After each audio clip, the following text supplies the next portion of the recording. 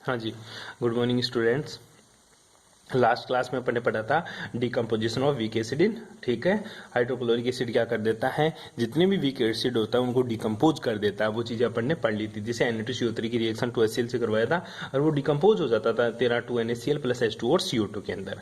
आज की क्लास में अपन उसके यूज देख लेते हैं। यूज तो आपको ज्यादा कोई खास है नहीं, आप बुक से आसानी से देख सकते हो। HCl के जो यूज है बेटा, वो क्लोरिक अम्ल को क्लोराइड या ग्लूकोज वगैरह में उत्पादन में, ये फालतू की बातें आप देख लेना वहां से, ठीक है। आज पढ़ेंगे हेलोजन के ऑक्सी एसिड्स, ठीक है। तो क्या है टॉपिक लगा लीजिएगा, ऑक्सी एसिड्स ऑफ हेलोजन, ठीक है। हेलोजन के ऑक्सी एसिड, बेटा जहां पे भी तेरे को ऑक्सी एसिड्स का नाम आ जाए तो तू समझ जाना कि ये किसकी बात कर रहा है, कि हेलोजन के साथ OH ग्रुप। ऑक्सी का मतलब होता है बेटा OH ग्रुप। अब तेरे पास हेलोजन तो बहुत सारे हैं, फ्लोरीन भी है, क्लोरीन भी है, ब्रोमीन भी है, आयोडीन भी है।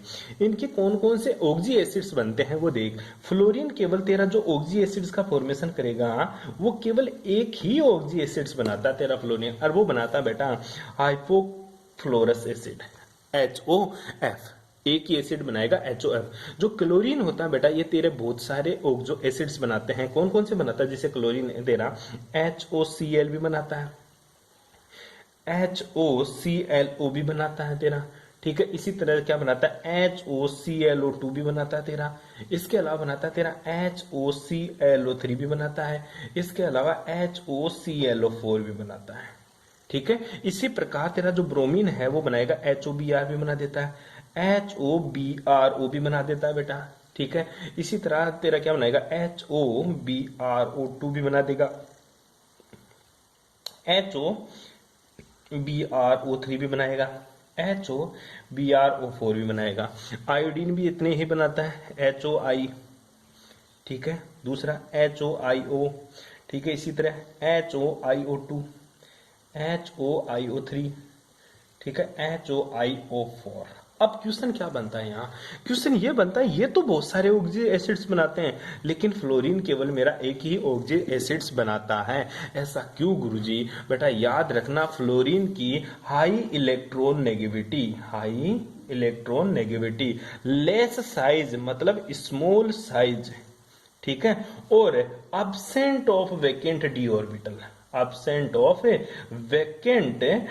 ऑर्बिटल, मतलब रिक्त डी कक्षकों का अभाव, छोटा आकार और उच्च विद्युत ऋणता फ्लोरीन को और ऑक्सी एसिड्स बनाने से रोकती है। तो तू क्या लिखेगा, उच्च विद्युत ऋणता, छोटा आकार व डी कक्षकों की अनुपस्थिति के कारण फ्लोरीन केवल एक ही ऑक्सो एसिड्स बनाता है जिसका नाम होता है HOF, ठीक है। क्या होता है बेटा, HOF, जिसको हाइपोक्लोरस एसिड्स बोलता हूं मैं। क्या बोलूंगा बेटा, इसको हाइपोफ्लोरस एसिड बोलता हूं, ठीक है। जो अदर हेलोजन एलिमेंट्स होते हैं ये बहुत ही ज्यादा ऑक्सो एसिड्स का फॉर्मेशन करते हैं, आई बात समझ में। लेकिन जितने भी तेरे ऑक्सो एसिड्स होते हैं ये बन रहे हैं, ये सारे के सारे प्योर फॉर्म में नहीं होते हैं। Most of them can not be isolated in pure form, they are stable only in aqueous solution. ये सारे के सारे एक्वस सॉल्यूशन मतलब पानी के अंदर H2O के अंदर ही क्या होते हैं मेरे, स्टेबल्स होते हैं। कोई प्रॉब्लम बेटा यहाँ तक है, आई बात समझ। क्वेश्चन क्या आता है यहाँ से क्वेश्चन पूछ लेता है गुरुजी इनकी स्ट्रक्चर, क्या पूछ लेता है इनकी स्ट्रक्चर। जैसे मैं क्लोरीन के ऑक्सो एसिड्स की स्ट्रक्चर बनाऊं, ठीक है, तो क्या जैसे मैं HOCl की स्ट्रक्चर बनाऊं तो इसकी स्ट्रक्चर कैसे होगी, तो तेरे को याद रखना, ये तो ऑक्सीजन होता है, ये मेरा क्लोरीन होगा और ये इधर क्या हो जाएगा मेरा हाइड्रोजन हो जाएगा, इसको बोलेंगे हाइपोक्लोरस एसिड। इसी तरह मैं तेरे से स्ट्रक्चर पूछ लू बेटा HOClO की, किसकी, HOClO की, तो स्ट्रक्चर्स कैसी होगी, याद रख इस ग्रुप को तो तू परमानेंट कर दे अब, ठीक है। जितना भी ऑक्सीजन है उसको इधर लगाता जा।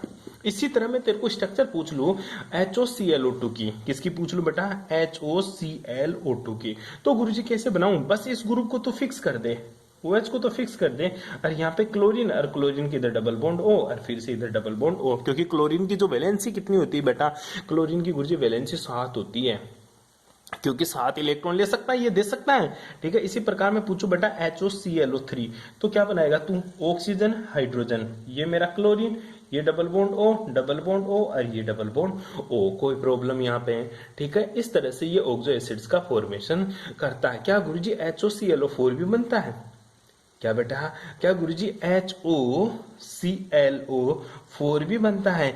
तू बना के दिखाएगा मेरे को क्या HOClO4 कैसे? देख रहे टंटे एक बार के लिए, HOClO4 है, क्लोरीन की ऑक्सीडेशन स्टेट निकाल। क्लोरीन की ऑक्सीडेशन 4 दूनी 8, 8 इधर जाएंगे तो प्लस का 8, ठीक है बेटा। अरे HO टूटेगा, ठीक है, HO माइनस तो कितना छोड़ेगा, प्लस का 1, ठीक है, HO माइनस के रूप में इसके ऊपर प्लस का 1, और ऑक्सीजन इतना कितना, तो इसकी ऑक्सीडेशन स्टेट बहुत ही ज्यादा होगी। तो याद कर यहाँ पे कौन सा ग्रुप घुसा देगा तू, HOOCl double bond O double bond O और डबल बॉन्ड O, इस टाइप की तेरी स्ट्रक्चर्स बन जाती हैं जो अपने स्टेबल नहीं होती, इसलिए इसको पढ़े नहीं पढ़ते बेटा। आई बात समझ में? तो जितने भी तेरे को क्लोरीन के मैंने लास्ट वाले ऑक्साइड्स बताए हैं सभी के, ठीक है, ये नेचर में नहीं पाए जाते, नेचर में नहीं पाए जाते। तो तू ये कॉपी में भी नहीं लिखेगा, ये बनता ही नहीं है, ठीक है, बहुत ही ज्यादा लेस स्टेबल ये होता है बेटा। इसका ये बात तेरे को याद रखनी है, कर लेगा। नेक्स्ट चल, नेक्स्ट आता तेरा इंटर हेलोजन कंपाउंड्स, जो मैंने पहले भी बता दिया था। क्या है तेरा इंटर हेलोजन कंपाउंड्स, ठीक है, इंटरहेलोजन कंपाउंड्स। याद करो इंटरहेलोजन कंपाउंड्स मैंने एक इंपॉर्टेंट बात बताई थी, एक तो X होता था, दूसरा मेरा X डेस होता था, ये क्या होता था मेरा N होता था। मैंने बताया था जो X होता है ना, इसका साइज X डेस की तुलना में क्या होना है गुरुजी, ज्यादा होना चाहिए। X is halogen of large size and X days of the smaller size. X is halogen is large size, क्या बेटा, लार्ज साइज, इसका आकार ज्यादा और इसका आकार क्या होना चाहिए, स्मॉल साइज होनी चाहिए, ठीक है। ये मोटी सी बात आप लोगों को ध्यान में रखनी है, तभी मेरा कंपाउंड से बनेगा। बैठ जाएगी बात ये समझ में। प्रिपरेशन मेथड में बात करूं मैं इसकी तो तू प्रिपरेशन मेथड में कर सकता है। जैसे क्लोरीन गैस है, ये मेरी फ्लोरीन गैस के साथ रिएक्ट करती है, कितने टेम्परेचर के ऊपर बेटा, ये रिएक्ट करती है 437 केल्विन के ऊपर। तो क्या बनाती है, 2ClF बनाती है। क्या बनाती है, 2ClF। इसी तरह मेरी आयोडीन गैस रिएक्ट करती है किसके साथ बेटा, 3Cl2 के साथ। वही टेम्परेचर यूज कर ले तो क्या बना देगा, 2ICl3 बनाती है, 2ICl3 बनाती है। इसी तरह मेरी क्लोरीन गैस किसके साथ रिएक्ट करती है, 3 फ्लोरीन के साथ, 3 फ्लोरीन के साथ। तो क्या बनाएगी बेटा, 2ClF3 बना देगी। क्या बना देगी, 2ClF3 बना देगी। इसी तरह अगर मेरी आयोडीन गैस रिएक्ट करती है किसके साथ है, क्लोरीन गैस के साथ, तो क्या बना देगी गुरुजी, 2ICl। बस तेरे को इतना सा ध्यान में रखना, जो पहला हेलोजन एलिमेंट्स है ये हमेशा ही ज्यादा बड़ा होना चाहिए, लार्ज साइज का होना चाहिए। और साइज का ऑर्डर तुझे पता ही है, फ्लोरीन, क्लोरीन, ब्रोमीन, आयोडीन, ऊपर से नीचे जाते हैं तो साइज बढ़ती है। तो कहना क्या चाहता है कि ऊपर वाला नीचे वाला हमेशा ही ऊपर वाले के साथ कंपाउंड बनाता है। जैसे क्लोरीन का कंपाउंड बनाना है तो वो फ्लोरीन के साथ बनेगा।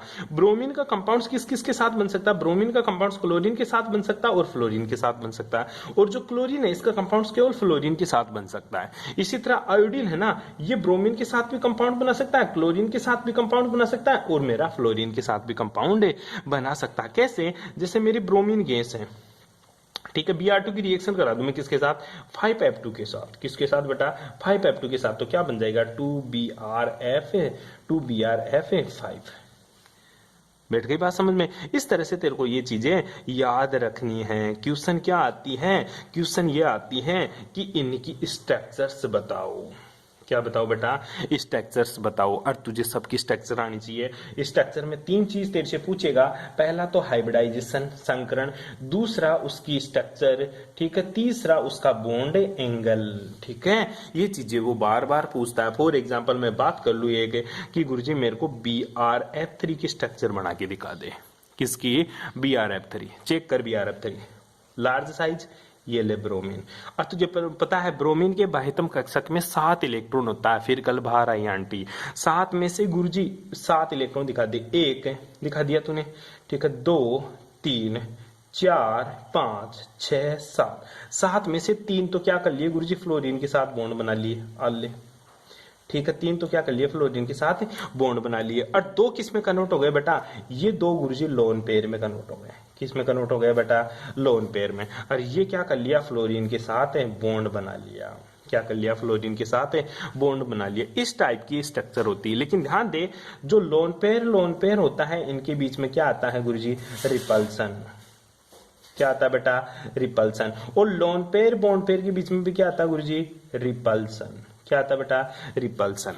क्या आता है, रिपल्सन। तो इनके बीच में रिपल्सन, ध्यान दे, जो रिपल्सन होता है इसका ऑर्डर होता है सबसे ज्यादा लोन पेयर के बीच में, फिर क्या होता है, लोन पेयर बॉन्ड पेयर के बीच में, और सबसे कम रिपल्सन किसमें होता है बेटा, बॉन्ड पेयर के बीच में रिपल्सन सबसे कम देखने को मिलता है। तो ये रिपेल होगा, फिर इसको रिपेल करेगा, तो इसकी जो स्ट्रक्चर्स होती है थोड़ी सी घूम जाती है, और वो किस हिसाब की स्ट्रक्चर बनती है, ये मेरा ब्रोमीन होता है, ये मेरा फ्लोरीन होता है, ये फ्लोरीन पीछे की तरफ आ जाता है, ये फ्लोरीन भी पीछे की तरफ आ जाता है। यहाँ पे क्या होते हैं मेरे लोन पेयर, और यहाँ पे भी क्या होते हैं मेरे लोन पेयर होते हैं।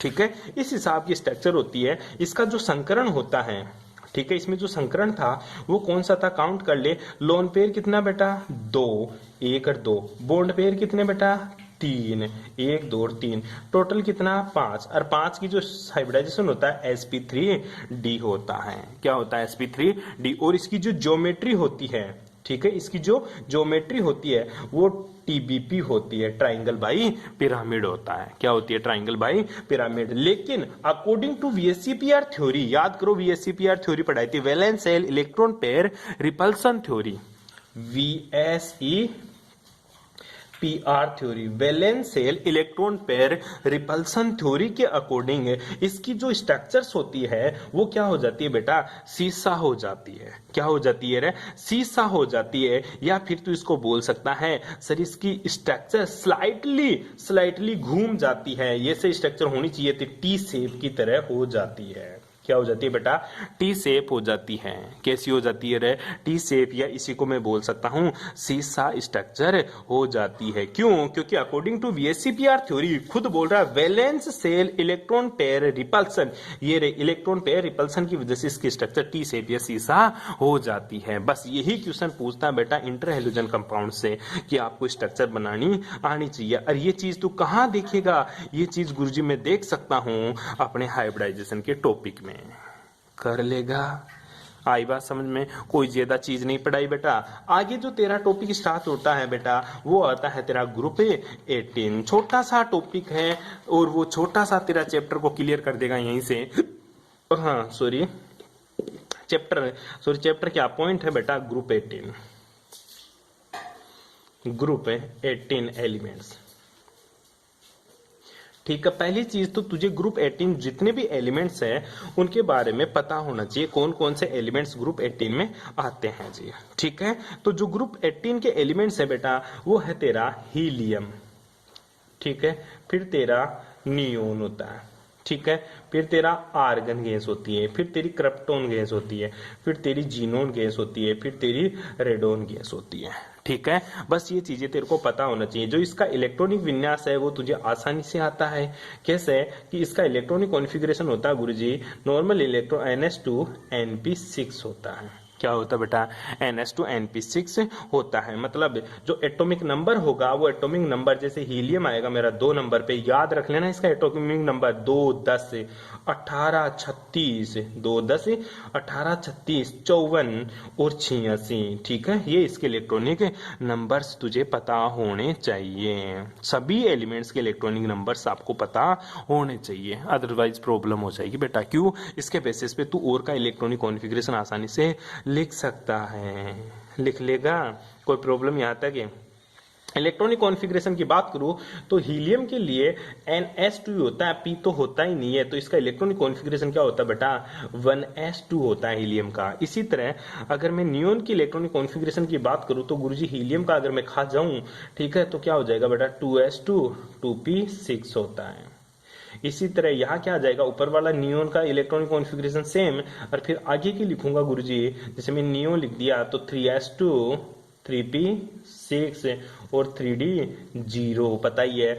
अब यहाँ पे मैं क्या लिख दूंगा गुरुजी, आर्गन का इलेक्ट्रॉनिक कॉन्फ़िगरेशन लिख दूंगा, और क्या आ जाएगा 3d10। अब तो 10 बच जाएगा इसमें, 3d10 4s2 और 4p6 6। इसी तरह यहाँ पे क्रिप्टॉन तक का इलेक्ट्रॉनिक कॉन्फ़िगरेशन लिख दूंगा तो क्या हो जाएगा 4d10 5s2 और 5p6। इसी तरह यहाँ पे मैं जीनोन तक का इलेक्ट्रॉनिक कॉन्फ़िगरेशन लिख दूंगा तो जो इलेक्ट्रॉनिक कॉन्फ़िगरेशन आता है बेटा अब वो 4f14 भी आ जाएगा। क्या आ जाएगा बेटा, यहाँ पे 4f14 वाला इलेक्ट्रॉन जीरो हो जाता है 4f वाला, ठीक है, तो यहाँ पे 4f14 बढ़ जाता है। फिर तेरा आता है 5d10, फिर तेरा आता है 6s2 और 6p6। इसका इलेक्ट्रॉनिक कॉन्फ़िगरेशन आपको देखने को मिलता है। ये तेरे ग्रुप 18 की छोटी छोटी बातें मैंने बताई, ठीक है। ऐसे आप लोगों को याद रखना है कि ग्रुप 18 का इलेक्ट्रॉनिक कॉन्फ़िगरेशन क्या होता है और ग्रुप 18 की बातें क्या होती हैं। कर लेगा बेटा, ठीक है। ये ग्रुप 18 की बातें बताई थोड़ी, बाकी की बातें करेंगे अपन नेक्स्ट क्लास में। Thanks for cooperation.